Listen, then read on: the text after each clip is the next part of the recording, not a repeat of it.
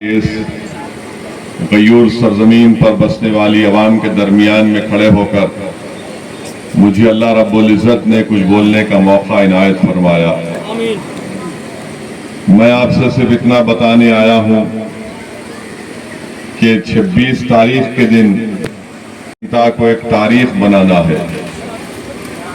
26 तारीख के दिन आपको तारीख ये बनाना है कि या तो आप वोट देंगे उस पार्टी के उम्मीदवार को जिसने सीमांचल की सरजमीन पर बसने वाले इंसानों से नाइंसाफी की है, या तो आप जालिमों के हक में वोट देंगे, या फिर आप इंसाफ की सरबुलंदी के लिए, सीमांचल की इंसाफ के लिए आप अख्तरुल ईमान के हक में अपने वोट का इस्तेमाल करेंगे। ये इलेक्शन आप याद रखिए बड़ा तारीखी पार्लिमानी इलेक्शन होने जा रहा है। तो 26 तारीख को सीमांचल की जनता को इस बात को याद रखना पड़ेगा, चाहे जेडीयू हो, राजद हो, कांग्रेस हो, बीजेपी हो। आप जानते हैं कि सीमांचल के नाम को अगर किसी ने अपनी जबान से अदा किया तो मजलिस इत्तेहादुल मुस्लिमीन ने अदा किया। ये तमाम दूसरी सियासी पार्टियां सीमांचल का नाम लेने से डरती थी, कतराती थी, उनको पेट में दर्द होता था। मजलिस ने जब से सीमांचल की इंसाफ की लड़ाई का आगाज किया, आज आप देखते हैं कि 9 साल के अरसे में नरेंद्र मोदी की जबान पर भी पूर्णिया में सीमांचल आ गया। ये मजलिस इत्तेहादुल मुस्लिमीन की कामयाबी है कि मोदी को भी इकरार करना पड़ा कि सीमांचल नाम का एक इलाका है जो भारत का सबसे पसमानदा इलाका है। 26 तारीख के दिन जब आप वोट वोट डालने जाएंगे तो आपको इस बात का ख्याल रखना पड़ेगा कि क्या मैं उस पार्टी का साथ दूंगा जिसने हमारी बेटी और बहन बिल्किस बानो की अस्मत रेजी करने वालों का उनको रिमिशन दिया, उनको जेल से रिहा करवा दिया। आज आपके सामने जेडीयू है, मगर याद रखिए ये जेडीयू नहीं, ये बीजेपी है। जब 26 तारीख को आप वोट डालने जाएंगे तो बिल्किस बानो की उस तकलीफ को याद रखिए कि हमारी एक बहन बेटी हामिला थी, 2002 में उसकी अस्मत रेजी की गई। उसकी एक 3 साल की बेटी को उसके सामने कत्ल कर दिया गया। उसकी मां को और उसकी खाला को हमारी बेटी के सामने बारी बारी से अस्मत रेजी करने वालों को नरेंद्र मोदी की सरकार ने रिहा करवा दिया। तो 26 तारीख को एक तारीख रकम करना है कि क्या हम उस पार्टी का साथ देंगे जो हमारी मां और बहनों की इज्जत नहीं करते। तीसरी बात आपको याद रखना है कि CAA का कानून जो नरेंद्र मोदी की सरकार ने बनाया, और उस पार्लियामेंट में अगर किसी ने CAA कानून के खिलाफ पूरी आईन और संविधान के सामने रखकर बोला तो उस पार्टी का नाम मजलिस इत्तेहादुल मुस्लिमीन है। मैंने अभी पिछले पार्लियामेंट के सेशन में भी ये बात को कहा था, जो आखिरी पार्लियामेंट के सेशन में हमारा पार्लियामेंट का ईवान में वैसे सेशन हुआ, मैंने उसमें कहा था कि तुम सीमांचल की जनता को घुसपैठी कहते हो, इसीलिए तुम CAA NPR NRC कराना चाहते हो। नरेंद्र मोदी पूर्णिया में आए और नरेंद्र मोदी ने कह दिया कि इस इलाके में घुसपैठी घुस रहे हैं। तो नरेंद्र मोदी तुमने बोल दिया कि तुम्हारी हकीकत क्या है। तुमने बता दिया सीमांचल की जनता को कि तुम यहाँ पर CAA NPR NRC के नाम पर सीमांचल की जनता को भारत की शहरियत से महरूम करना चाहते हो। तो जब आप 26 तारीख को वोट डालने जाएंगे, ये सोच कर जाइए कि हम भारत के नागरिक हैं, हम घुसपैठी नहीं है। जो हमको घुसपैठी कहेगा हम उस पार्टी का साथ हरगिज नहीं देंगे। चौथी बात आप याद रखिए कि सीमांचल और किशनगंज की जनता को एक फाल और हरकियाती मेंबर ऑफ पार्लियामेंट की जरूरत है। आपके सामने जेडीयू के मास्टर है, मगर ये नाम इसका मास्टर जरूर है, मगर इसका असली मास्टर आरएसएस और नरेंद्र मोदी है। याद रखिए, ये नाम का मुजाहिद है, ये नाम का मुजाहिद है, इसका मास्टर मोदी है। आपके सामने एक मास्टर है जिसका मास्टर मोदी है, दूसरी तरफ जावेद है। ये जावेद साहब का मामला ऐसा है कि ऐसा लगता है कि पार्लियामेंट में वो कहीं पर भी नजर नहीं आते। सीमांचल में तो कभी नजर आए ही नहीं। ये मैं नहीं कह रहा हूं, कांग्रेस पार्टी के जलसे से, जिसमें कांग्रेस के सदर बैठे हुए हैं खड़गे साहब, उनके सामने उन्हीं के पार्टी के एक साबिका रुकने असेंबली, क्या नाम है, जनाब तौसीफ साहब ने कह दिया कि जावेद साहब आप किशनगंज की पार्लियामेंट में नजर नहीं आते, नजर आना चाहिए आपको। उन्हीं की पार्टी के लोग उनको कह रहे हैं कि वो गायब है। तो जो गायब है उसका साथ मत दो, जो हाजिर है वो आपके सामने अख्तरुल ईमान है, उसका साथ दो। अगर आप कांग्रेस का साथ देंगे 26 तारीख को, तो फिर याद रखिए हमेशा गायब रहेंगे। तो जब आप 26 तारीख को वोट डालने जाएंगे, मेरी आपसे गुजारिश है कि अख्तरुल ईमान साहब को आप वोट दीजिए। अख्तरुल ईमान की शख्सियत को कामयाब करना नहीं है, सीमांचल की जनता की कामयाबी के लिए, इंसाफ के लिए आपको अख्तरुल ईमान को कामयाब करना है।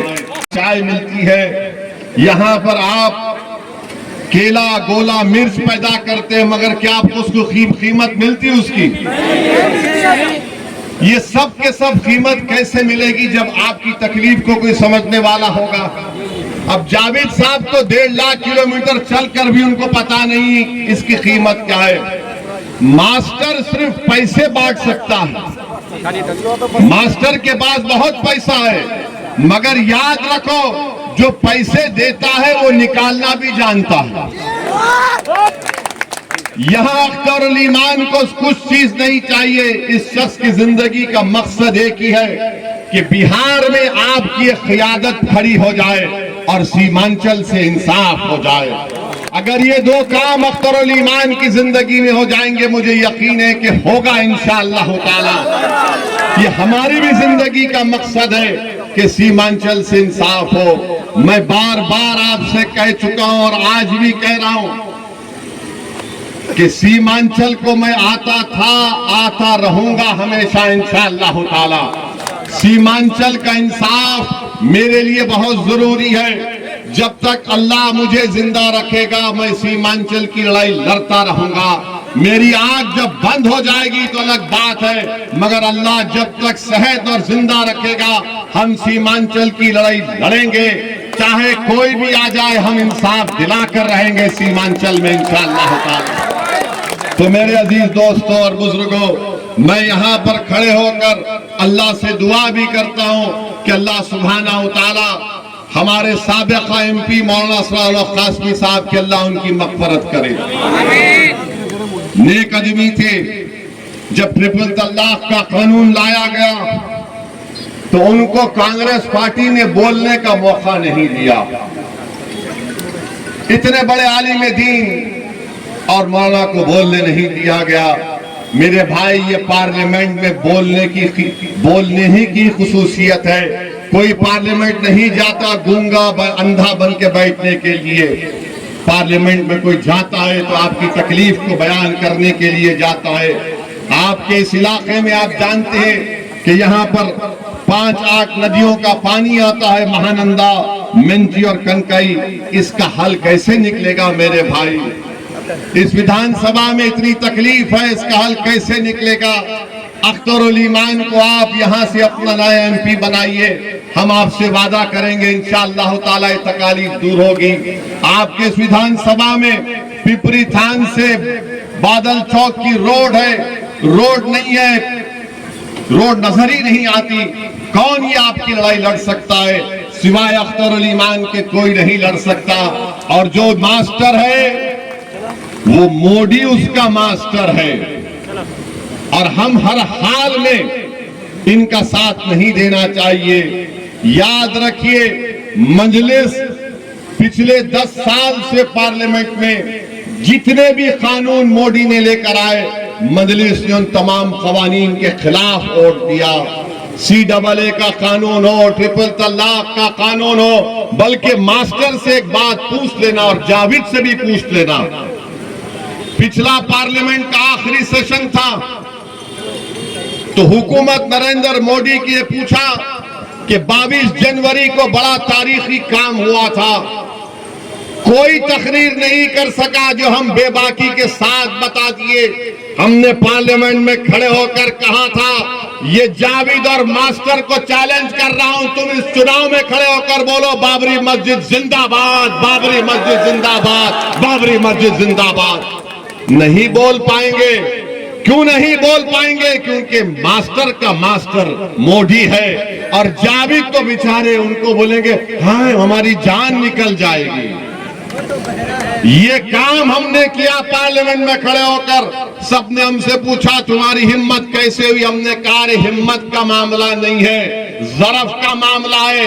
हिम्मत का मामला नहीं है, जिसका ज़मीर जिंदा होगा वो नाइंसाफी को नाइंसाफी कहेगा।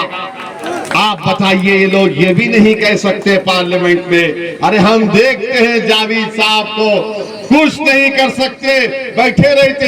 अच्छा, एक बात जावेद साहब की है, जब हमारा भाषण होता है तो पहले से आकर बैठकर सुनते हैं अब ये क्या बोलने वाला है। हम भी समझते हैं कि ठीक है, कोई सुन रहा है, सीख रहा है, तो हमको इतराज नहीं है, मगर इतना हमारा भाषण सुने तब भी मुंह में जबान नहीं आई, तब भी मुंह में जबान नहीं आए। हम तो समझ रहे थे कि हमारा भाषण सुनकर जावेद साहब भी एक मर्तबा कुछ बोल देंगे, मगर नहीं बोले। नहीं बोल सकते मेरे भाई। इन गरीबों की तकलीफ अपने सीने में महसूस करना पड़ेगा, नाइंसाफी को महसूस करना पड़ेगा, जुल्म को महसूस करना पड़ेगा, तभी तो जबान में तकलीफ निकलेगी, वो बेबाकी से अल्फाज निकलेंगे। तो आपसे एक ही गुजारिश है कि 26 तारीख के दिन आप लोग सुबह के वक्त अपना एक वोट का इस्तेमाल करिए, अख्तरुल ईमान को कामयाब करिए। किशनगंज की पार्लियामेंट की सीट से अख्तरुल ईमान को कामयाब करिए। हम आपसे वादा कर रहे हैं कि अख्तरुल ईमान को भी हम कहेंगे कि इनकी कामयाबी के बाद जितने विधानसभा किशनगंज पार्लियामेंट में आते हैं वहां पर अख्तरुल ईमान एक एक दफ्तर एक ऑफिस खोलेंगे। क्योंकि सीमांचल की लड़ाई अगर अख्तर भाई दिल्ली में लड़ेंगे तो आपके इस ठाकुरगंज की विधानसभा में अख्तरुल ईमान का ऑफिस होगा, वहां पर एक लड़का बैठेगा। आप कभी भी आकर अपनी तकलीफ को उसको बयान करेंगे ताकि आपके MP को मालूम हो सके। ये हम आपसे वादा करके जा रहे हैं। हम आपसे ये वादा नहीं कर रहे कि अख्तरुल ईमान 1.5 लाख किलोमीटर चलेंगे। अख्तरुल ईमान चलेगा जरूर, और आपको भी साथ में चलना पड़ेगा इंशाअल्लाह ताला। हम आपको बता रहे हैं आने वाले महीनों में इंशाअल्लाह ताला विधानसभा के चुनाव से पहले अगर आप हमारे साथ चलने को तैयार हैं, खत्म नहीं होगा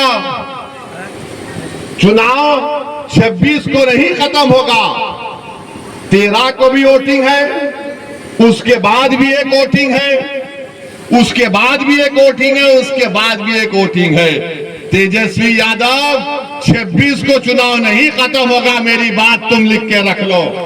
अब यहां से चुनाव शुरू होगा तो सीमांचल की लड़ाई चलती रहेगी। हम आपका शुक्रिया अदा करते हैं कि आप यहां पर आए। 26 तारीख को पतंग छाप पर वोट देकर अख्तर भाई को 4थे नंबर पर अख्तर भाई का फोटो भी रहेगा, पतंग रहेगा। फोटो को मत देखिए, फोटो आपकी होगी। सिर्फ आप पतंग को देखकर बटन दबाइए और अपने इंसाफ के लिए और बीजेपी के बढ़ते कदमों को रोकने के लिए और पूरे भारत की नजरें किशनगंज पर लगी हुई है कि क्या यहां पर आप मुत्तहिद होकर एक फाल और हरकियाती शख्स को कामयाब करेंगे, या फिर आप खुदा ना खास्ता कहीं हम गलती ना कर दे तो बीजेपी ना निकल जाए। मेरे भाई, किशनगंज में मुकाबला अख्तरुल ईमान का मोदी से है, कांग्रेस तो रेस में नहीं है।